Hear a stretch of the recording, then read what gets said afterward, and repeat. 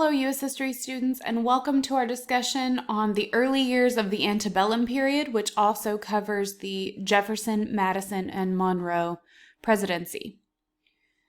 So the antebellum period stretches from 1800 to 1860. So it essentially is everything that happens for the early part of the 19th century leading up to the Civil War. And so, as you can see on our chart here, the early antebellum period is 1800 to 1840. Our discussion today is 1800 to 1820. And then the late antebellum period is that last 20 years before the Civil War, which is 1840 to 1860. And so in this time period, there's a lot of change and a lot of adjustment happening. The country's still very young. And we get the Jeffersonian period, and then in Madison's administration, it's the War of 1812, followed by the Era of Good Feelings. Then we get Jacksonian democracy and the era of the common man. And then the late antebellum period, we get manifest destiny, which is the belief that it is the God-given right of Americans to expand their control of the continent from sea to shining sea. And then from 1850 to 1860, we get sectionalism. That battle between who should have slavery and who should not, and whether slavery should even be a thing anymore, and so on and so forth. So our discussion today is going to focus on 1800 to 1820.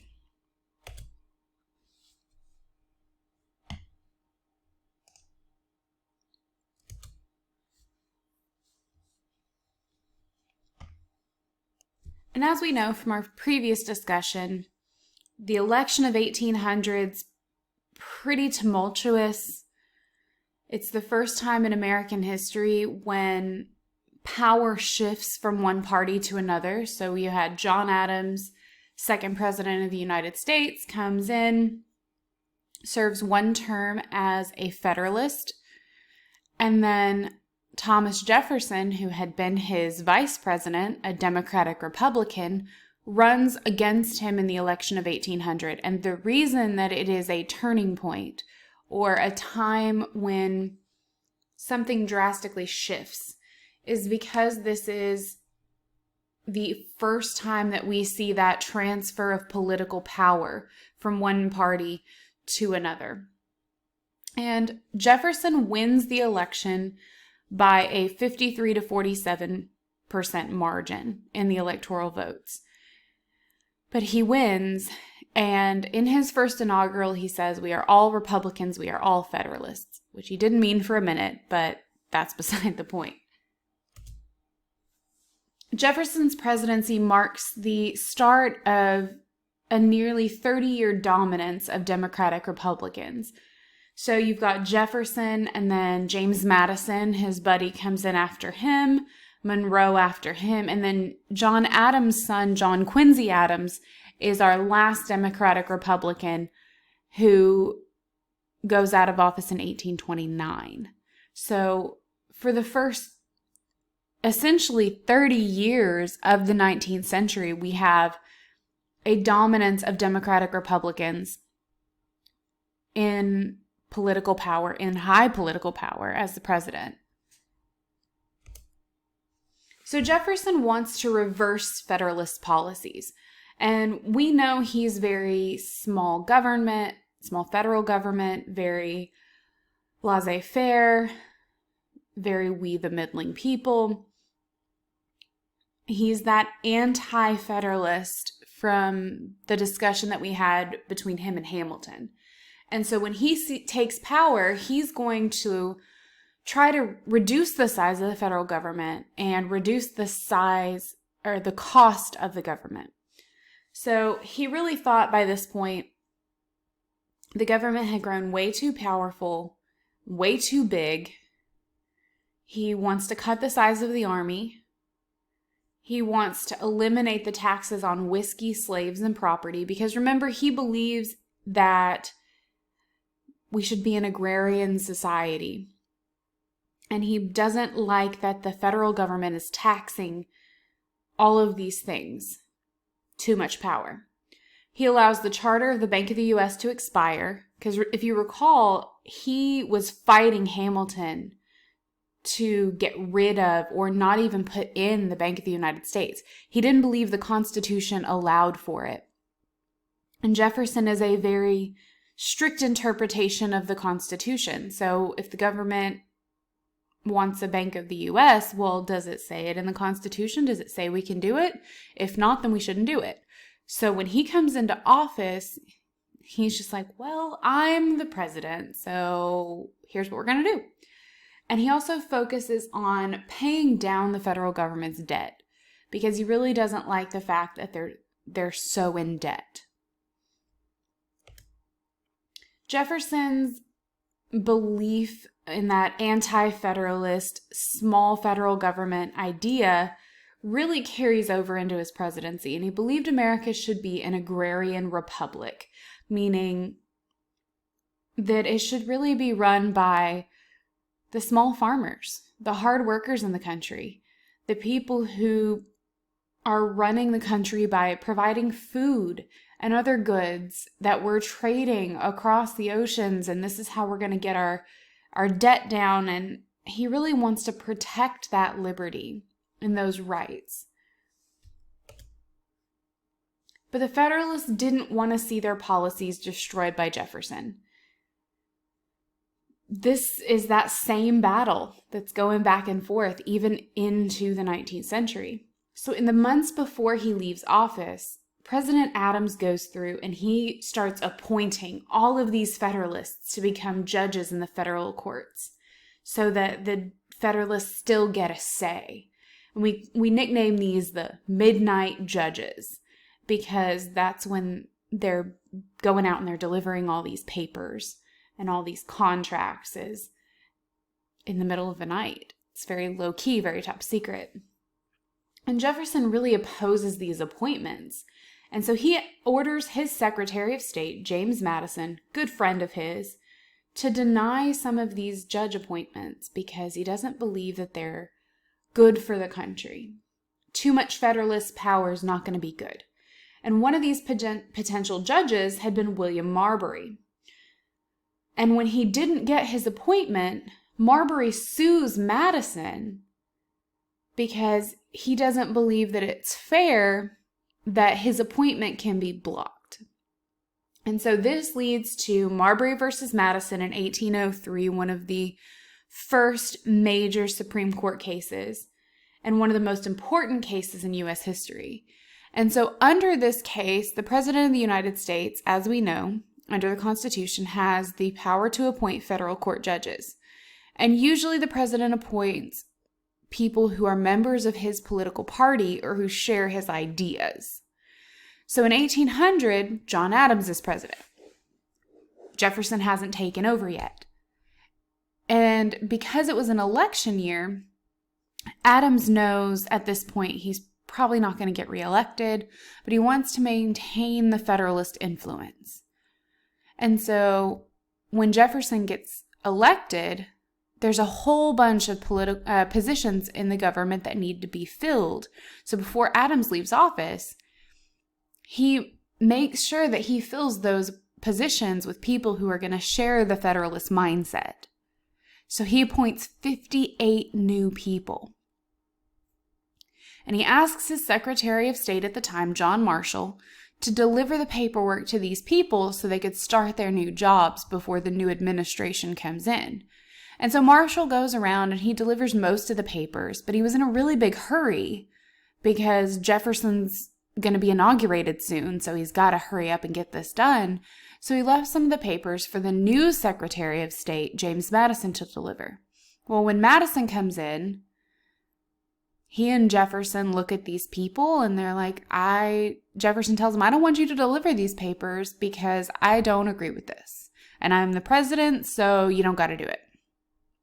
So when Marbury doesn't get his papers that he had been essentially told he was going to do, he sues Madison to try to get the Supreme Court to issue a writ of mandamus. And a writ is a court order that forces the official to do something. And so basically he's trying to get Madison to, like, the court to force Madison to give him his appointment. Marbury argued that the law passed by Congress, meaning the Judiciary Act of 1789, gives the Supreme Court the power to issue this writ. And if the court issues it, Madison would have to deliver the papers. This is what Marbury wants. Then, once Madison delivers papers, Marbury would become Justice of the Peace. And so the Supreme Court had to decide this case. And the Chief Justice was John Marshall, the same person who was supposed to deliver the paperwork. And so the Supreme Court reviews the case, they review everything that's happening, and they decide, in the majority opinion, that while Marbury was entitled to his position because Adams was president at the time that it was provided, the court's opinion basically said that they were unable to grant him his position because of Section 13 of the Judiciary Act, because it conflicted with Article 2, Section 2 of the Constitution. And so, with the Constitution being the supreme law of the land, it kind of overrides it. So that makes the appointment null and void. The reason Marbury versus Madison is so significant, though, is because it establishes the power of judicial review, the power of the federal courts to declare legislative and executive acts unconstitutional. And that precedent is still in place even through this day in 2020. And so essentially, the main thing that I want you to take away from Marbury versus Madison is that it establishes the Supreme Court's responsibility to look at what the legislative and executive branches are doing and see whether it follows the Constitution. And so it makes it extremely important even through this day because it heightens that sense of checks and balances. And so over 3 decades, Marshall's ruling helps strengthen the power of the national government and the states and protects the rights of citizens because John Marshall serves as Chief Justice from 1801 to 1835. And as we know, Supreme Court justices are lifetime appointments unless they retire their justices until they die. And so some of the major cases that John Marshall establishes are Marbury versus Madison, McCulloch versus Maryland, Dartmouth versus Woodward, Cohens versus Virginia, Gibbons versus Ogden, and then Cherokee Nation versus Georgia. And these are all some cases that we're going to look at as we continue through our discussion of U.S. history. Also, during Jefferson's presidency, the U.S. population is growing by leaps and bounds, and people want to move westward. Basically, they're outgrowing the original 13 colonies. There's too many people. It's too crowded. And so people start moving westward. And this really worries Jefferson because the French have control of New Orleans in Louisiana and the Mississippi River. And so he doesn't really want conflict between the two. So in 1803, Ohio becomes a state. Kentucky had become a state in 1792, Tennessee in 1796. And so we're slowly moving westward towards the Mississippi River. And Jefferson doesn't want any conflict between the French and the Americans. And so Jefferson sends a delegation to France, so a group of advisors. And he basically wants them to negotiate with Napoleon and purchase New Orleans. He figures if it's American owned, he's not going to have any issues with the people moving westward. And Napoleon wants to sell all of the French territories in America. He's eager to because he's fighting all these wars in France and in Europe, and he's got to have money to fund his war. So he's good with it. He wants to sell the territory. So in 1803, Congress approves the purchase of Louisiana from the French for $15 million. And this is an extremely significant purchase because it doubles the size of the United States. And as you can see in our map here, Louisiana Purchase does not only encompass modern-day Louisiana. It goes all the way up into the Midwest and over into modern-day Montana and Wyoming. And so it doubles the land mass that the United States owns on the continent and forwards the vision of what becomes known as Manifest Destiny. So Americans are excited about gaining all these new Western lands, but the Louisiana Purchase also provides some issues. Despite his belief in strict interpretation, Jefferson had used the elastic clause to buy it because the Constitution doesn't blatantly say the president has the right to buy new land. So this kind of goes against his strict interpretation of the Constitution. And then despite his belief in protecting liberty, Jefferson doesn't grant the people who already live there citizenship. So these people are now living in the United States, but they aren't technically citizens because Jefferson doesn't make them citizens. And at this point, we don't know anything about this territory. We don't know what resources it provides. We don't know really who lives there. We really have no idea. And so in order to really discover what's there and in hopes of finding an east-west river that is going to take us to the Pacific Ocean, Jefferson sends Meriwether Lewis and William Clark to explore the Louisiana Territory. And they go with their slave and a Native American by the name of Sacagawea, who's kind of their guide. And they go on this travel and they explore the territory, they find out what's there, and they actually find an abundance of natural resources for America, which ends up being a great resource to the country, even into the rest of the 19th and 20th and 21st centuries. Jefferson was extremely popular. People loved him. And so he easily wins the election of 1804 against Pinckney by a 92% electoral college vote. But his second term is not nearly as easy as his first. He's got a bunch of foreign policy issues that he's got to deal with.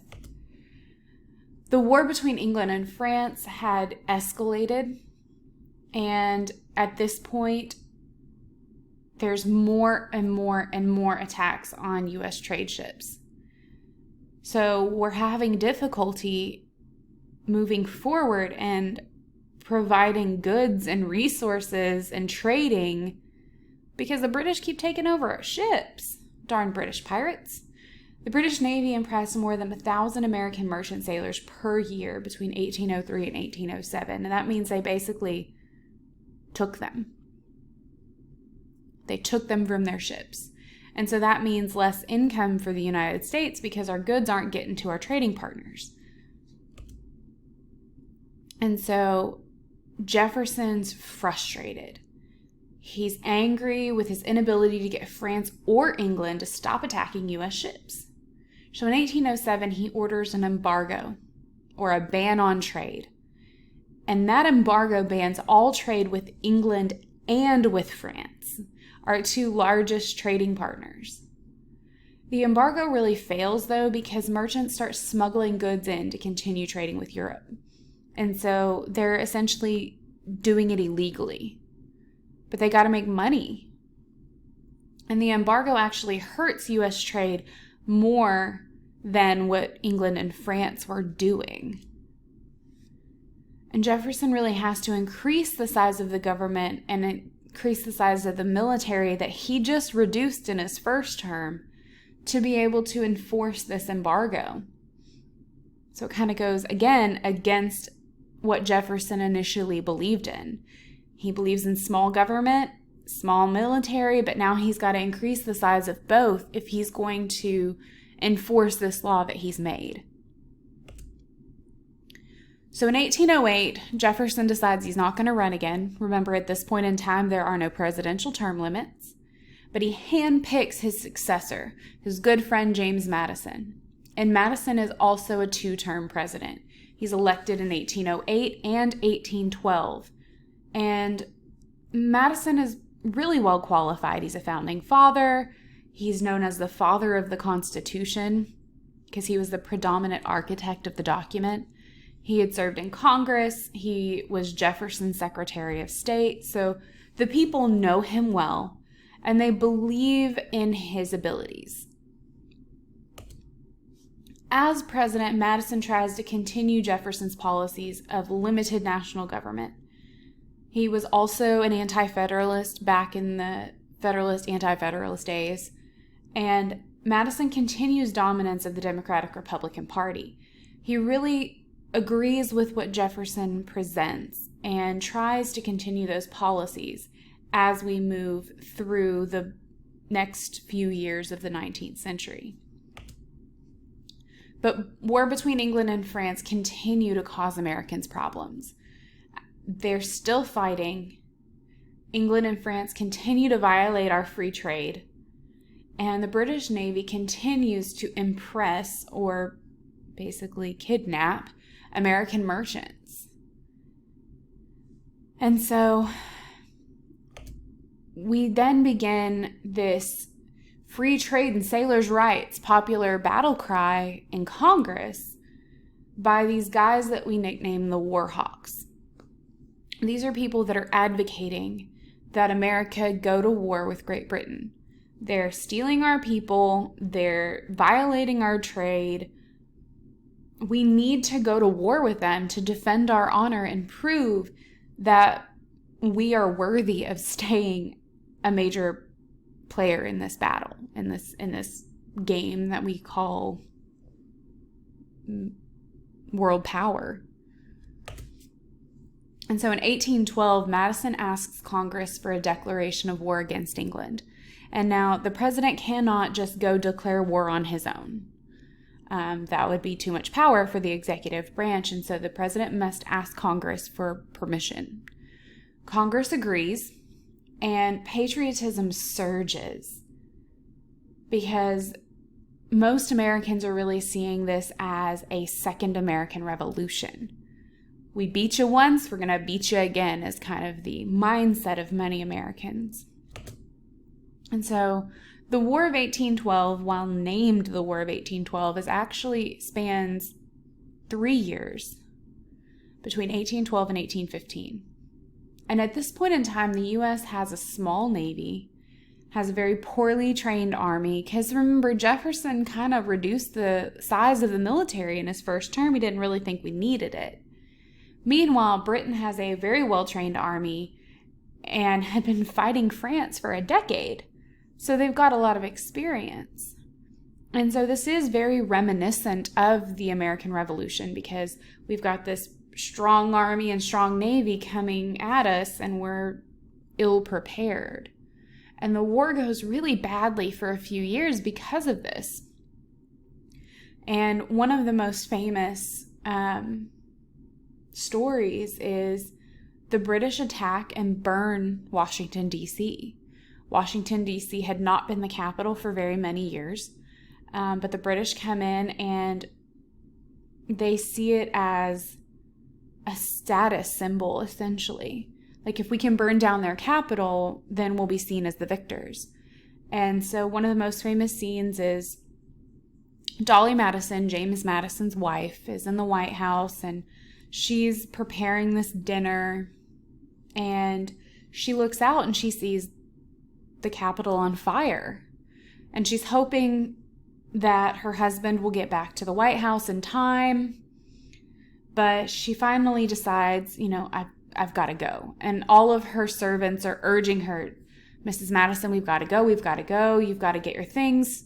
And so she packs a few items and she sees the portrait of George Washington on the wall. And she has her servant cut the painting out of the frame and roll it up and take it with them because they didn't want the British to have the satisfaction of claiming the portrait of George Washington. That would be a huge defeat. So they leave the White House and get to safety, and the British come in and they eat her meal, and they actually desecrate her portrait, and then they burn the White House. And when the British lay siege to Fort McHenry, an American, Francis Scott Key, is imprisoned on a ship in the harbor, and he sees the whole bombing and everything like that, and it inspires him to write the poem, The Star-Spangled Banner, which is eventually set to music and becomes the national anthem that is sung every 4th of July at every sporting event and represents America. And that was actually written during the Second American Revolution, or the War of 1812. Though Britain's winning, they're also fighting France. So they're essentially fighting a two-front war, and that's extremely difficult and costly. Because not only are you spending money on both sides, but you're splitting your military because you're trying to fight two different enemies. And so the British really want a quick end to the War of 1812. So in 1814, Britain and the United States signed the Treaty of Ghent, which is the treaty that ends the War of 1812.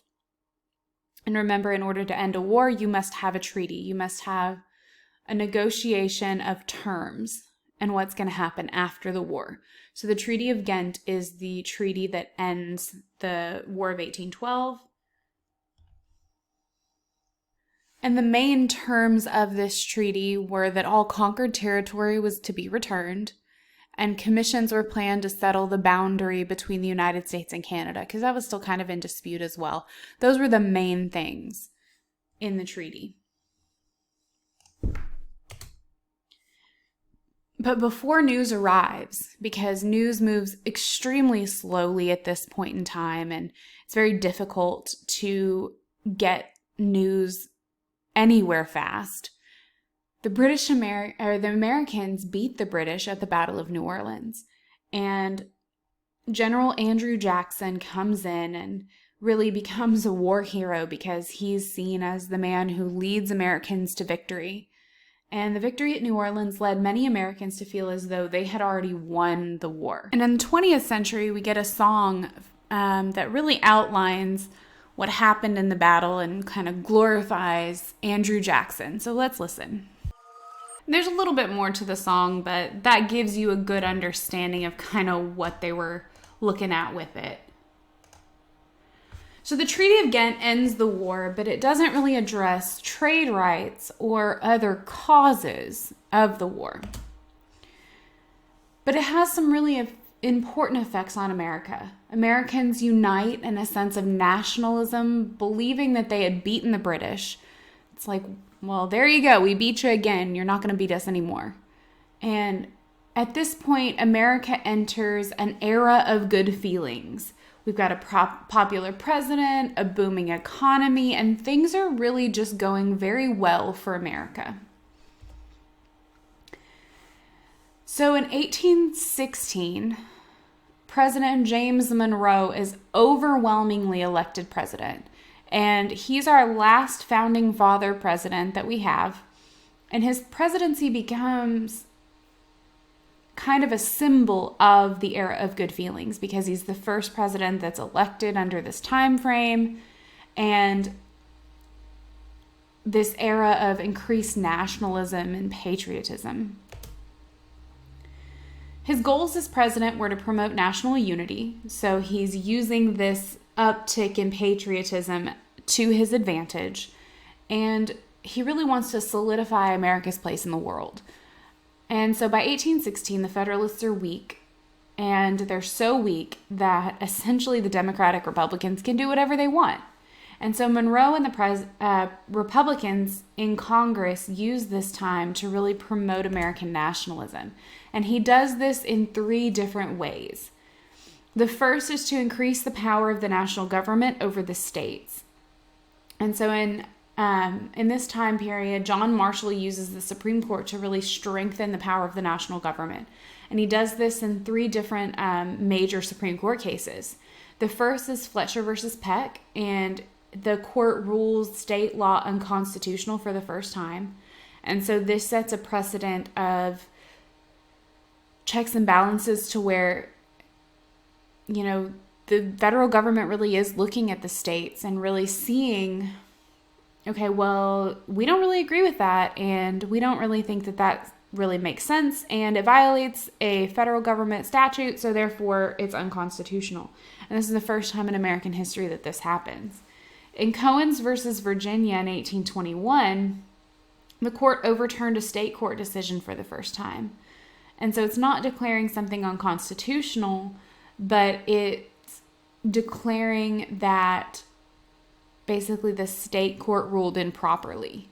And so it overturns the decision. And then Gibbons versus Ogden in 1824, the court ruled that the federal Congress, not the states, has the power under the Constitution to regulate interstate commerce. And interstate commerce is across state lines. So the state governments have the power to regulate trade within their state, which is intrastate commerce. But if it goes over state lines, the federal government then takes power.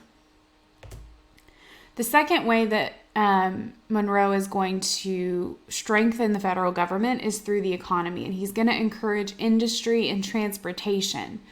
And the reason he wants to do this is he wants to link the North, South, and West. And so in 1860, Congressman Henry Clay proposes the American system. And the purpose of Clay's American system is to unify the economies of the North, the South, and the West. They also create a second Bank of the United States because, remember, Jefferson let the first one kind of expire. And they create a tariff or a tax to encourage industry in the United States and limit British manufactured goods. So the purpose of this tax is to make it more expensive to buy foreign goods so that people will be more inclined to purchase American-made goods. And the last one is to improve transportation. So they're going to build roads, they're going to build canals, they're going to improve national infrastructure. And then the American system also allows the U.S. to create a national market economy for the first time, because northern factories make manufactured goods that are then sold throughout the country. The southern cotton was used to provide a raw material to the north to make textiles or cloth. And then the western farms grow grains and raise livestock that feed the country. And so the American system really helps to take the strengths of these 3 regions and create a market economy from them and help them all work together. And the third way that Monroe is going to increase federal government power is through foreign policy. He wants to expand America's borders and increase America's role on the world stage. And so by this point, the War of 1812 is way over, and America starts flooding into the West. So by 1840, over a third of the population lives in the Western territories. So in order to help expand the country, Congress quickly admits 5 new states to the Union. Indiana in 1816, Illinois in 1818, Alabama in 1819, Mississippi in 1817, and Louisiana in 1812. And the economic and territorial growth creates a need to really settle national borders. And so President Monroe and his Secretary of State, John Quincy Adams, son of second President John Adams, used foreign policy to promote this nationalism and this territorial expansion. And so in 1818, the U.S. and the British agreed to establish the Canadian border at the 49th degree mark. And this is the same America-Canada border that we have today. But prior to this, it was kind of disputed. Nobody was really 100% certain where America ended and where Canada began. And so in 1819, the U.S. also gained Florida from Spain with the Adams-Onis Treaty. So now Spain no longer owns Florida. The U.S. has it. We signed a treaty, therefore it's good. But the main thing that Monroe does under his presidency is the Monroe Doctrine. And this is a huge first in American history because Monroe basically warned European nations that the U.S. is going to protect the Western Hemisphere and Europe no longer can have any influence in the Western Hemisphere. So the Western Hemisphere being North and South America. And basically what Monroe is saying is, we got this. Get out of our bubble. You're not allowed here anymore. You're not welcome. When Latin American nations start to gain independence, the U.S. wants to support those new republics and to keep the European nations from trying to come in and colonize them. Because at this point in time, in order to be a world power, you really need colonies and overseas territories. And so we're becoming a police force for the Western Hemisphere. And we're basically telling Europe to butt out of our business. The era of good feelings was a time of nationalism, but there's also a lot of issues that are kind of bubbling up from underneath between the North and South, and we call this sectionalism. And sectionalism is basically the dispute between North and South over slavery and the role of the government in their affairs. And so these disagreements really dominate American politics between 1820 and 1860 and begin the road to the Civil War. When Missouri applies to become a state, they feel like they're ready. They feel like they got this. Sectionalism becomes even stronger and really emerges into dominance in politics. Northerners don't want Southern states to increase power in the national government, and if they get Missouri, they feel like that's going to give them more power than the North has, and they don't want that. And if Missouri enters as a slave state, that means they're going to have 2 more senators than the North. And so that would give them more power and a dominant power in the Senate, which means that more slave policies might be passed, and the North really does not want that. So in 1820, Henry Clay negotiates the Missouri Compromise, or the Compromise of 1820. You might see it either way. And this bans slavery from all Western territories above the latitude of 3630. And so anything below 3630 is allowed to be slave if they want, but anything above that is not. And Maine breaks away from Massachusetts and becomes a free state.